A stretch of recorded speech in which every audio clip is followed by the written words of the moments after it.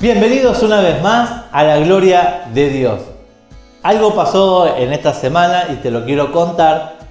Se trata de un pequeño que, por lo que nos contó, se estuvo bañando y dentro de ese baño placentero, así como lo podemos tener cada uno de nosotros, aparentemente el Espíritu de Dios habla con él y le dice y lo mueve a decir unas palabras. Así que para mi sorpresa, cuando entré a este lugar, lo encontraba a él y a la persona que lo grabó y me decían, Dios inspiró algo y él lo quiere contar. Así que quiero que vayamos a ver lo que Dios inspiró a este pequeño muchacho. Vamos a verlo. Hola, soy Lautaro Diosques, puede ser que me conozca, puede ser que no. Y bueno, hoy papá me trajo y me dio una inspiración para estar aquí en este momento y hablarles sobre la fe. La fe no es algo que vemos, pero esperamos.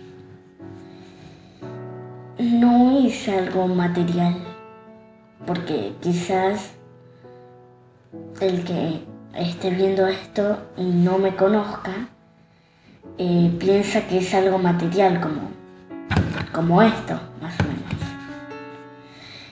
Pero vengo a decirte que no, que es algo espiritual. Y quizás se preguntarán, ¿espiritual cómo? Sí, algo que no vemos, pero sabemos que existe. Y esta arma, más o menos, no es para ir y pum, pum, pum, pum, sino que es un arma que sirve para ahuyentar nuestros miedos, para ahuyentar a todo lo que quiera venir y atacarnos, o sea, espiritualmente, poniéndonos mal, haciéndonos enojar, alejándonos de nuestra familia. Y si la fe es más grande, el arma es cada vez, no sé cómo decirte, más poderosa.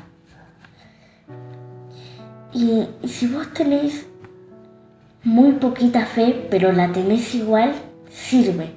Si tenés mucha fe, también sirve. También la fe es parte de papá. ¿Papá? Se preguntarán. ¿Que mi papá sí, el que está en mi casa de 40 años? No, sino que papá sería Dios, así es como yo le llamo cada vez que oro. O si no, le llamo Dios, Jesús. Y vine a contarte de Él en específico. No de la fe, sino que de Él. Que cada cosa que digamos en su nombre se va a cumplir. No se va a cumplir, puede ser que no se vaya a cumplir así al toque.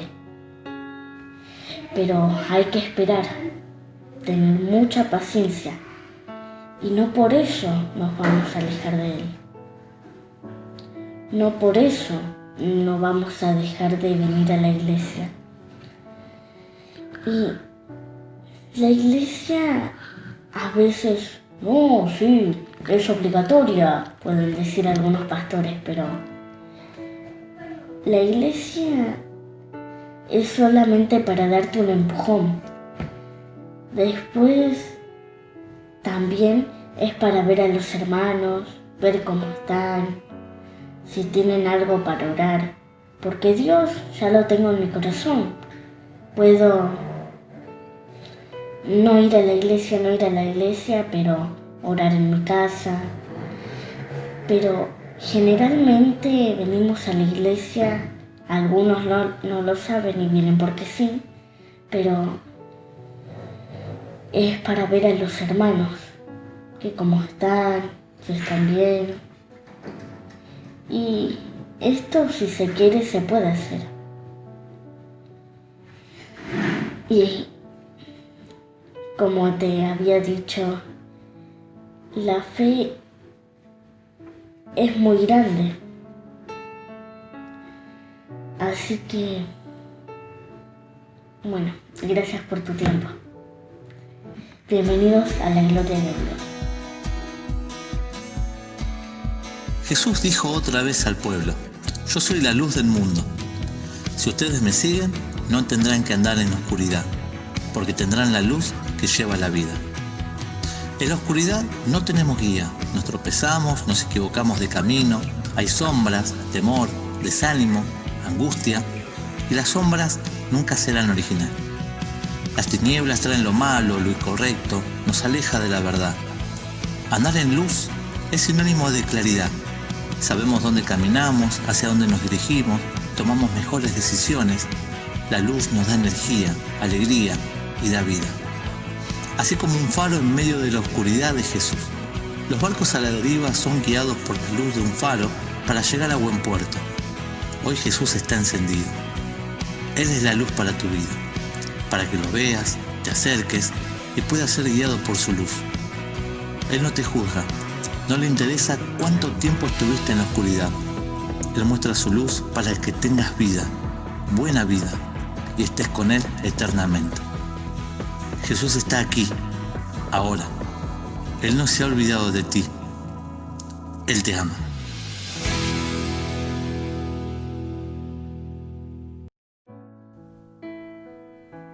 Para los griegos, pecado se decía amaritia, fallo de la meta o errar al blanco.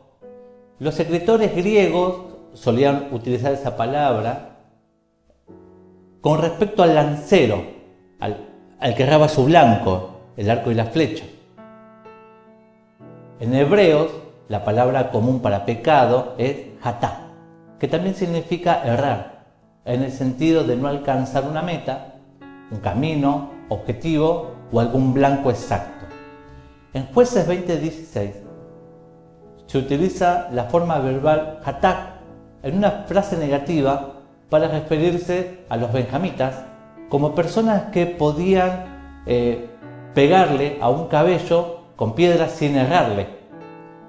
También se aplica a desviarse de las metas, como proverbio. Dice: el que haya sabiduría piadosa, haya la vida. Pero el que no alcanza la sabiduría, le está haciendo violencia a su alma y lo lleva a la muerte. En arameo, la palabra pecar, pecado es kata. En el concepto religioso, aún vigente, de pecado como un delito moral, alude a las transgresiones voluntarias de los preceptos y de las leyes religiosas. Tanto que existen innumerables normas, existen innumerables pecados, a los cuales les asignan mayor o menor o ningún castigo según las creencias. Al hablar de pecado, a la hora de hablar de hacer lo incorrecto, lo inmoral o de equivocaciones, el día de hoy parte difícil hablar, expresar y de decir que no estamos acostumbrados a hablar del pecado o de errar o de no hacer lo correcto. Más por los preceptos y conceptos de la ley en los mandatos de Dios. En muchas ocasiones, como oradores, como líderes, como pastores, es más fácil mirar, como dijo Jesús alguna vez, la paja del ojo ajeno y no ver la viga que hay en nuestros ojos, que seguramente lo repetiré más adelante. Siempre, en el lado de la práctica cristiana, se busca como detective quién está pecando, quién está haciendo algo para después ponerlo en evidencia y descubrir la falta que tiene mi hermano o mi hermana. Pero cuando nos toca a nosotros el pecado, cuando nos toca a nosotros entender ese pecado, es ahí que hay una revelación de la gracia, ¿no? En el día de hoy, la charla, la prédica, depende de cómo vos lo quieras llamar, la oratoria, seguramente vas a ver o vas a recibir palabras que son contradictorias a lo que estuvimos enseñados, quizás, o teníamos como conceptos. Una de ellas, por ejemplo, es que los pastores no se equivocan. Quizás los ungidos no se equivocan, no lo hacen.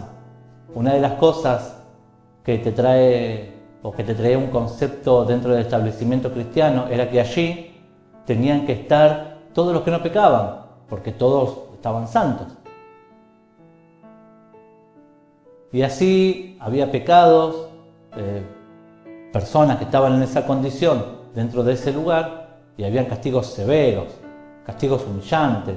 De hecho, hay castigos humillantes al día de hoy. Pero te puedo asegurar que no hay más humillación que el sentirse, el haber pecado. Cuando enfrento a la Biblia y me encuentro minuciosamente con pecados de las personas más importantes de la Biblia, me encuentro con el pastor de ovejas, con aquel entonces, como para arrancar el título de hoy, el pecado del pastor. Seguramente dirás, uy, esto se va a poner bueno. El pastor confiesa todos sus pecados acá. Bueno, quiero decirte que será más que eso. Será una evidencia de que todos estamos en la misma condición. Cuando Dios elige al pastor David, ¿por qué digo pastor David? Porque estaba pastoreando las ovejas. David era el encargado de cuidar las ovejas de su padre. Era él el que de alguna manera nosotros tenemos muchos relatos, partes victoriosas de la asistencia de Dios en su vida, de cómo Dios mantuvo su firmeza en la unción que le fue otorgada, en el nombramiento que le da a David. Inclusive también podemos decir que David era de un corazón noble, porque fue el más pequeño de sus hermanos y Dios lo elige. Estaba cuidando y siendo muy obediente a su padre. Pero se ve que David era bastante travieso. Por eso sus hermanos dicen en un relato, yo te conozco, David, vos viniste a ver la batalla, te escapaste. A lo cual David le dice también, yo no hice nada, papá me envió. Así que David era bastante travieso.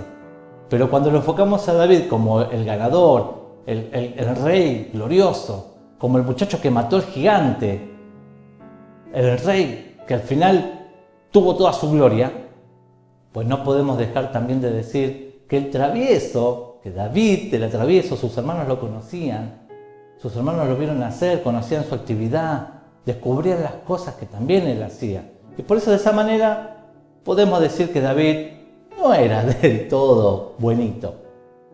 En el día de hoy, una parte es hablar, es decir, es expresar que no estamos acostumbrados a hablar del pecado o de no hacer lo correcto bajo los preceptos y conceptos y los mandatos de Dios.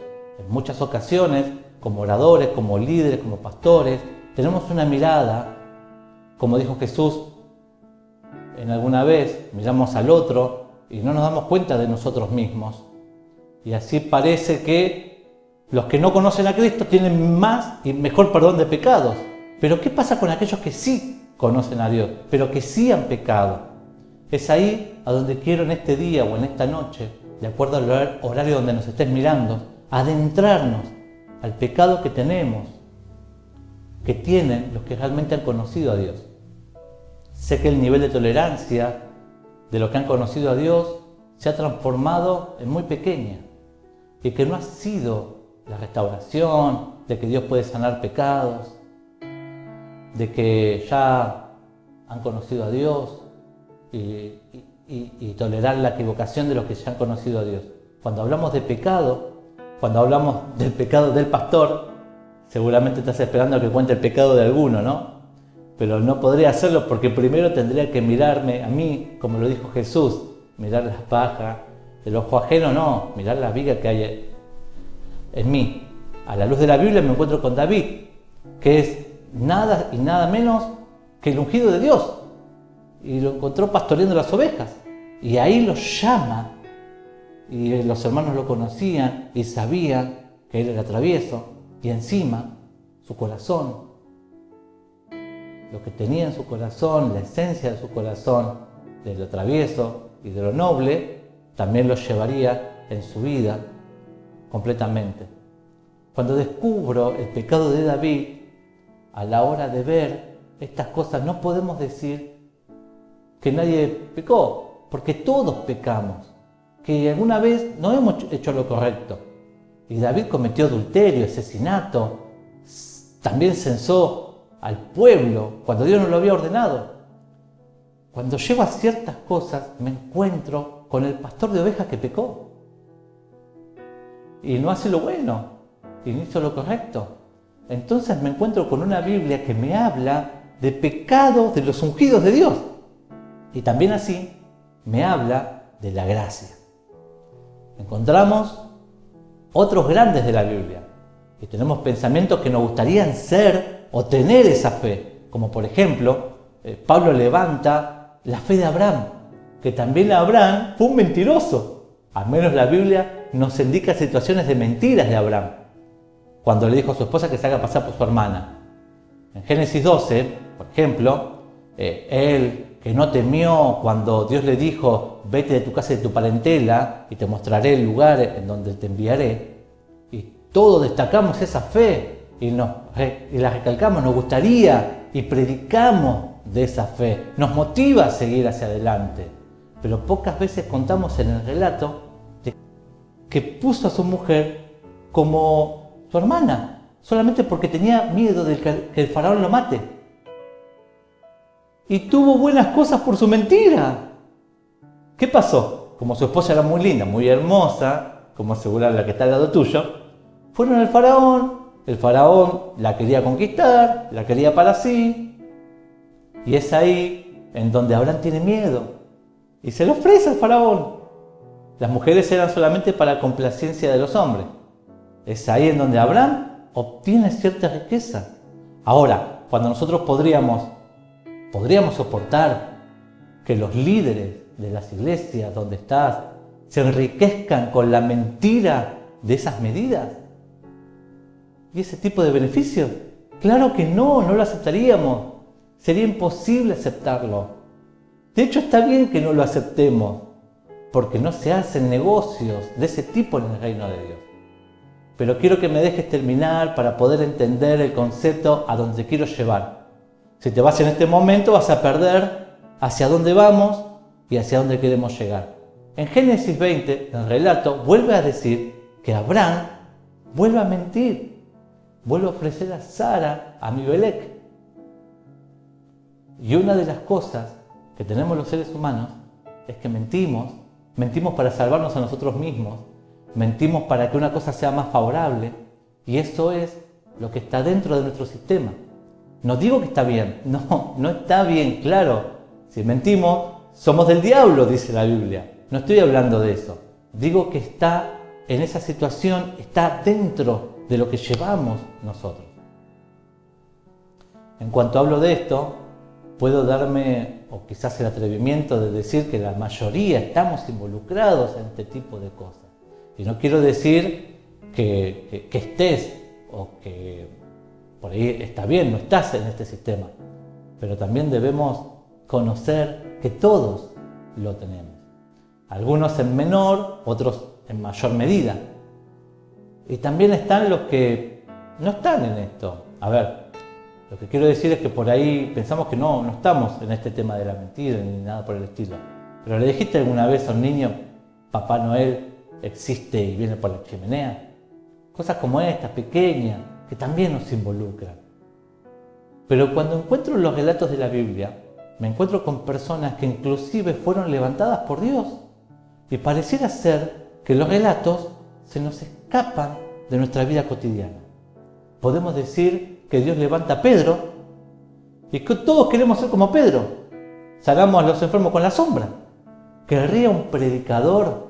¿Querés una predicación de alguien que negó a Jesús, que lo insultó, que lo negó? Dijo el maestro: ¿estás de pesca? Te haré pescador de hombres. Lo dijo y lo hizo.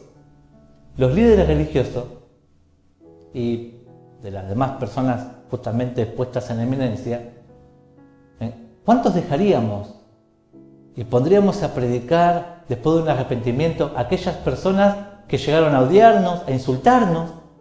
Se nos hace más difícil, ¿no? tenemos una vara muy pesada para medir este tipo de actitudes, porque también así dice la Biblia, que tenemos que tener ciertas disciplinas. Y cuando me encuentro con Pablo dice en Romanos 7, y hablando sobre la ley, me gustaría decir lo más textual posible para que podamos comprender Romanos 7. Dice, por lo tanto, el problema no es con la ley, porque la ley es buena, espiritual, y es espiritual. El problema está en mí, porque soy demasiado humano, esclavo del pecado. Realmente no me entiendo a mí mismo, porque quiero hacer lo correcto, pero no lo hago. En cambio, hago lo que odio, pero sí, yo sé que hago lo que está mal. Eso demuestra que estoy de acuerdo que la ley es buena. Entonces no soy yo el que hace lo que está mal, sino el pecado que mora en mí. Yo sé que hay en mí, es decir, en mi naturaleza pecaminosa, no existe nada bueno. Quiero hacer lo que es correcto, pero no puedo. Quiero hacer lo que es bueno y no lo hago. No quiero hacer lo que está mal, pero igual lo hago. Ahora, si hago lo que no quiero, lo que realmente no quiero hacer, sino que es el pecado que vive en mí quien lo hace. He descubierto el siguiente principio de vida, que cuando quiero hacer lo que es correcto, no puedo evitar lo que está mal. Amo la ley de Dios con todo mi corazón, pero hay otro poder dentro de mí que está en guerra con mi mente. Ese poder me esclaviza al pecado que todavía está dentro de mí. ¡Pobre desgraciado! ¿Quién me librará de esta vida dominada del pecado y la muerte? Gracias a Dios, la respuesta está en Jesucristo, Señor nuestro. Así que ya ven, en mi mente, de verdad quiero obedecer la ley de Dios, pero a causa de mi naturaleza pecaminosa soy esclavo del pecado. Por lo tanto, ya no hay condenación para los que pertenecen a Cristo Jesús. Y porque ustedes pertenecen a Él, el poder del Espíritu da vida y ha derrotado el poder del pecado que lleva a la muerte. Cuando leo este relato, pienso, ¿cuáles habrán sido el pecado de Pablo? Que me hacen pensar lo que estaba haciendo que no debía. Aunque su corazón deseaba hacer lo que Dios quería, no podía. Una pequeña parte o grandes relatos que no tenemos en cuenta, pero hay muchas cosas en la Escritura de esto, aunque podríamos decir otras tantas. También me encuentro dentro del mismo equipo de pecado. No puedo hablar y decir nada de otro. Simplemente puedo hablar de mí, y a la hora de hablar de mí, debo decir que realmente hay pecados en mi vida, que Jesús me trae libertad, y hay situaciones que todavía, a lo cual pareciera ser que soy esclavo del pecado. Pero lo que quiero asentar en este momento es, ¿qué pecado Dios no puede perdonar? ¿Qué pecado es el que nosotros hemos creído que Dios no puede sacar de nuestras vidas? ¿Cuál fue o es el pecado que te tiene tiempo agarrado y que no te permite seguir cumpliendo el propósito de Dios? Años atrás me encontré con un hombre mecánico de auto por un problema que tenía en mi vehículo. Y entre charla y charla le cuento que estoy pastoreando una iglesia, bueno, acá, a sorpresa, dicho por su boca, que él fue pastor de una iglesia. En ese momento le pregunto por qué había dejado de pastorear. Y es así que me cuenta una situación que tuvo, y eso fue tan fuerte para él que no pudo ser digno de seguir predicando la palabra de Dios. Y la realidad es que me encuentro con estos relatos. ¿Cuántos de nosotros permitiríamos que el rey David suba a la plataforma de nuestra congregación a decir cómo Dios estuvo con él y cómo Dios estuvo en cada ocasión? ¿Qué ovación le daríamos? Si trajéramos a Abraham en este tiempo, que nos enseñe cómo es salirse de un lugar directamente, poner a tu hijo en un altar, precisamente con un puñal apuntando al corazón, solamente porque Dios se lo había ordenado. Pero antes de decir, vamos a decir que es un mentiroso, ¿cuánto podríamos dejar predicar a Pablo. Después de que diga, todavía tengo pecados en mi vida, no quiero hacerlos, pero todavía los hago. ¿Cuántos de nosotros podríamos levantar a alguien con este tipo de currículum? Claro que se nos complicaría. Y no es algo que realmente esté implantado y esté puesto la misericordia en estos lugares. Siempre juzgamos a alguien por su pecado, ataques a su pecado. ¿Y qué pasa cuando somos nosotros los que somos juzgados? Pero cuando nos sucede que hemos errado, que hemos pecado de nuevo, no hemos cumplido con esos preceptos, se nos viene el pensamiento de la misericordia. ¿No hay misericordia para este pecado? ¿No? ¿Misericordia no hay para lo que hice? Hablamos de la misericordia en muchas de las ocasiones, hablamos del perdón de pecado en muchas veces. Parece que siempre el perdón está del otro lado de la vereda y no nos damos cuenta que también está el perdón dentro, entre nosotros y el perdón con nosotros. Con esto no me convierto en juez de nadie. Con esto tampoco quiero decir que los que aceptan el pecado y ya está. No. Bien puesta está la frase bíblica cuando dice: todos hemos pecado y estamos destituidos de la gloria de Dios. Y todos aquellos que alcanzamos la gracia alguna vez somos los repartidores del amor y el poder de la restauración de Jesús. Por eso Pablo aclara diciendo que nosotros somos perdonados de nuestras debilidades, pero por medio de la libertad de Jesucristo habremos vencido al pecado. Con esto no quiero decir que puedas equivocarte constantemente. La realidad es que cada equivocación, cada pecado trae su mal. Y cada vez que erramos, el amor de Dios estará con nosotros, pero las consecuencias quedarán en la historia de nuestras vidas. Así lo dice Proverbio: la vergüenza te seguirá por muchos días de tu vida. Entonces vivir una vida sin pecar también es muy difícil de lograr, y no lo digo yo. Digamos, sé que por ahí puede traer controversias con estas palabras, porque podemos vivir sin pecado. El relato dice: nadie puede estar un solo día sin pecar. Puede pasar de que el pecado que vos tengas por comisión o por omisión es que no deseabas pecar con intención, pero hay pecados que son así, ni te das cuenta. David relata y dice: muéstrame mis pecados, aun aquellos ocultos, los que tengo encima, que no sé. Y esa es la diferencia entre los hijos y los que no quieren ser hijos de Dios. Ahí está la diferencia en los que van al Señor constantemente a pedir perdón por sus pecados y el que no va a pedir perdón a Dios por su orgullo.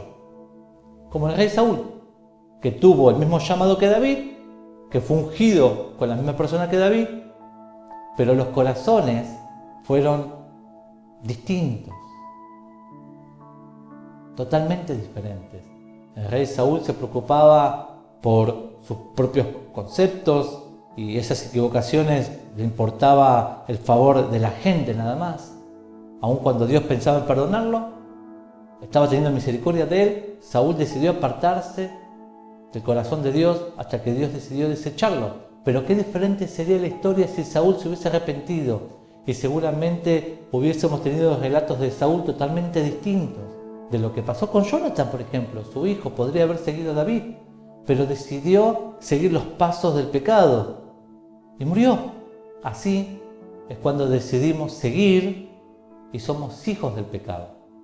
Entonces vamos a encontrarnos con la muerte, porque ese mismo día murió Saúl y también murió Jonathan, su hijo. Acá está la diferencia entre el arrepentimiento y el orgullo, lo que Dios puede perdonar y lo que creo que Dios no puede acceder. Muchas veces nos ponemos con una vara para medir y nos hemos olvidado de la vara que Dios puso para medirnos a nosotros. Puso la vara de Jesús, la vara del perdón, la vara de la reconciliación, la vara de saber que todos hemos pecado y estamos destituidos de la gloria de Dios.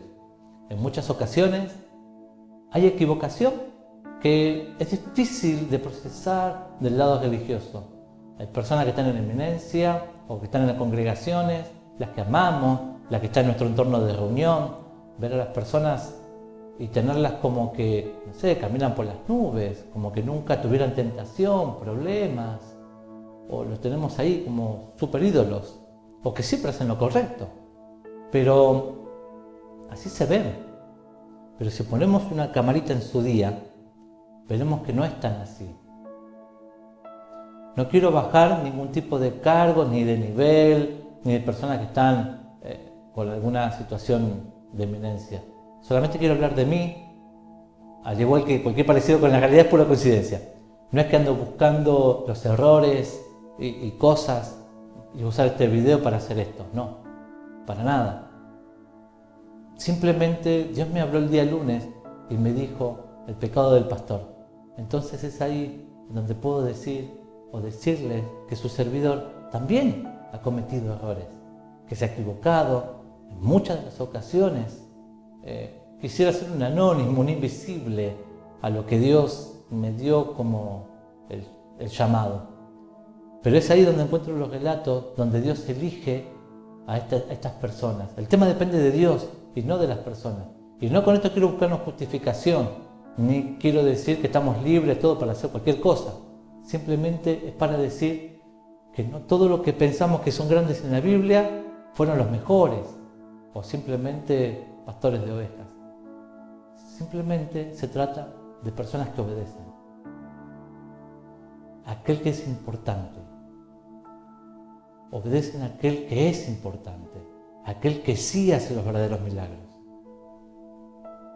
Pero el pecado más grande del pastor es el que piensa que los milagros fueron por su propia fuerza y se había olvidado que el verdadero poder era de Dios, el que estaba sobre nosotros. No podemos olvidarnos nunca que Dios está en nuestras vidas.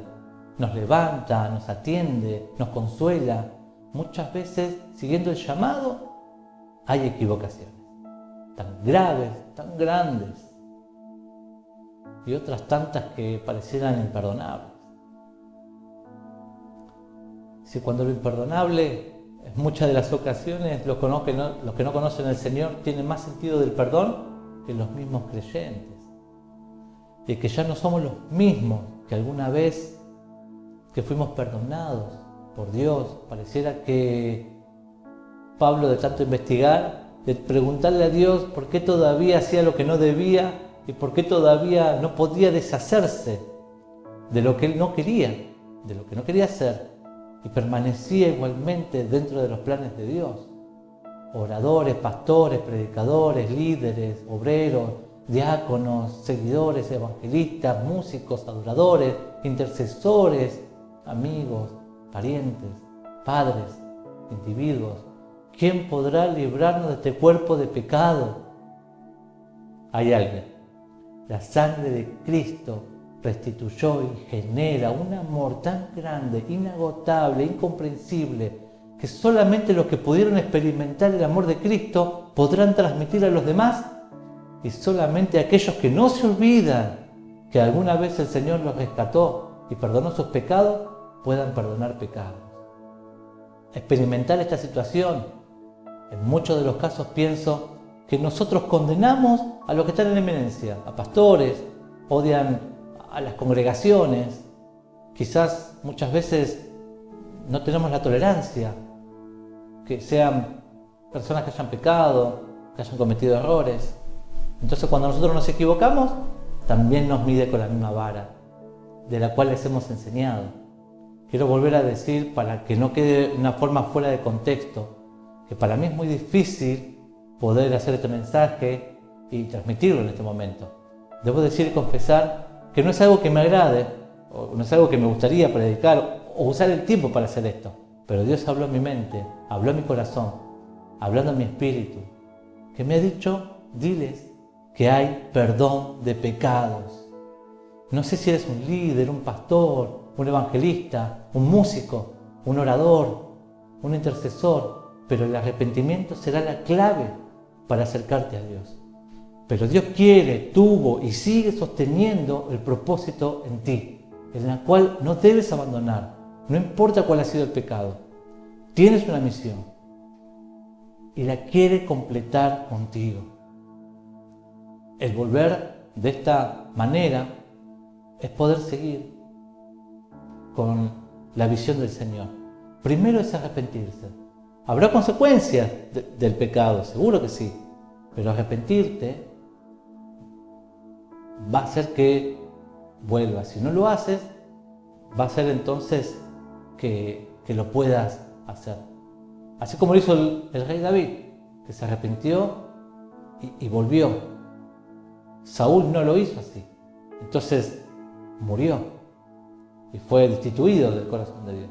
Pero David pudo arrepentirse y lo pusieron como el rey que tuvo el corazón conforme al corazón de Dios. Dios quiere cumplir un verdadero propósito en tu vida.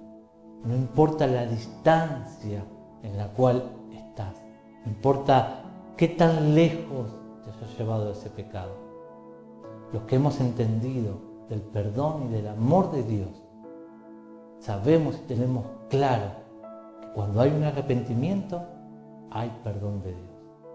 Y nunca los que estamos en eminencia, los que están en los lugares altos o en cargos importantes dentro de un núcleo eclesiástico, no podemos olvidarnos de lo que una vez pasó con nosotros.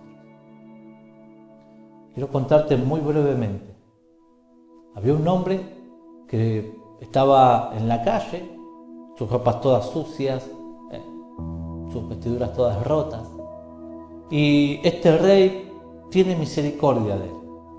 Entonces le pregunta y le dice: ¿qué estás haciendo acá en el camino? Y él dice: no tengo dónde vivir, hace años que vivo en este lugar, este es mi hogar, la calle es mi hogar. Así que este rey decide, de generoso que es, levantarlo, llevarlo a su palacio. Y como veía que era un hombre que tenía buen pensamiento y podría llegar a servir dentro de su reinado, lo pone como un cargo importante dentro de donde él está.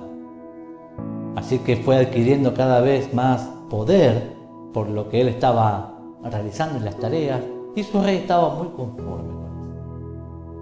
Así que los que estaban con él, los otros encargados, empezaron a ver y empezaron a tener cierta envidia de lo que el rey había hecho con este andrajoso, con este pecador, lo podemos llamar en este momento. Así que el rey estaba muy conforme, pero los que no estaban conformes eran los demás.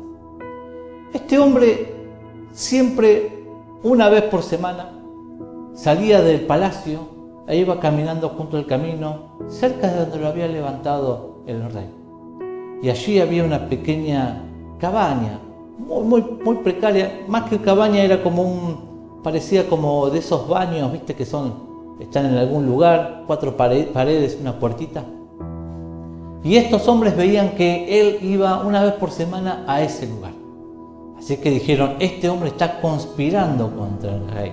Este hombre está haciendo cosas que seguramente van a derrocar al rey. Y quisieron implementar ese pensamiento en el rey. Así sucedió, y pasó que a medida que iban pasando los días, fueron investigando cada vez más.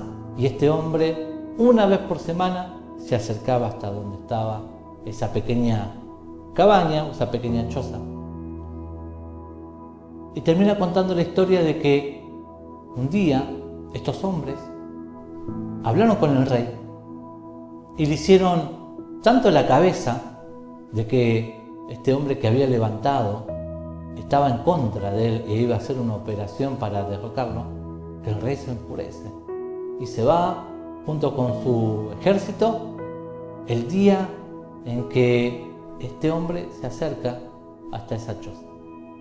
Así que en un momento determinado, muy sigilosamente, se ponen todos los guardias, todos los soldados alrededor de esa choza. Este hombre adentro de ese lugar, y sin escuchar absolutamente nada de ningún lado, entran y irrumpen contra la choza. Golpean sus puertas Y ahí es donde entran todos. Y cuando entran, para su sorpresa, se encuentran con que este hombre estaba arrodillado y había colgado una ropa sucia, rota, de un mendigo. Así que lo hacen acercar al rey y el rey le pregunta: ¿qué haces aquí? Y este muchacho, este hombre, le dice: rey, tú me levantaste de la calle, tú me perdonaste todas las cosas y me diste un lugar y me diste poder. Y de tanto poder que me diste, he tomado una decisión: venir una vez por semana a este lugar donde veo esa ropa que me recuerda el lugar en donde me sacaste. Así me daré cuenta de que tú tuviste misericordia de mí y jamás hacer algo en tu contra. Creo que esta enseñanza nos sirve al pecado de los que hemos conocido a Dios. El saber de que todos hemos hecho lo malo delante de los ojos de Dios, pero todos podemos hallar gracia, aun cuando nos toque muy de cerca el pecado del otro. Quiero invitarte y quiero orar por ti para decirte que Dios está continuando con sus pensamientos para que hagas y concretes lo que Él te dijo. Que quizás otros que tuvieron poder no se dieron cuenta de que debían ir a su ropa de pecado y entender de que debían perdonar. Y quizás no lo hicieron contigo, pero quiero decirte que Dios te perdona. Y Dios perdona a todo aquel que se arrepiente. Dios te bendiga, Dios te ama y nos veremos pronto. Aunque pasen muchos días, pronto. Jesús está contigo. No tengas miedo. Jesús está contigo y te va a cuidar para siempre. Jesús puede estar contigo. Si tenés miedo o algo, Jesús está contigo y con Dios también. Dale un abrazo y un beso. Chao. ¿Qué va a hacer Dios conmigo? ¿Qué puede llegar a hacer Dios conmigo? No te das una idea de lo que puede llegar a hacer Dios con vos. Ponete en sus manos, cree realmente en Él y vas a ver lo que Dios puede hacer en tu vida. Y te lo puedo asegurar. Dice que te puede llevar a lugares altos, a caminos lejos. Es tremendo lo que Dios puede hacer cuando pones tu vida en sus manos.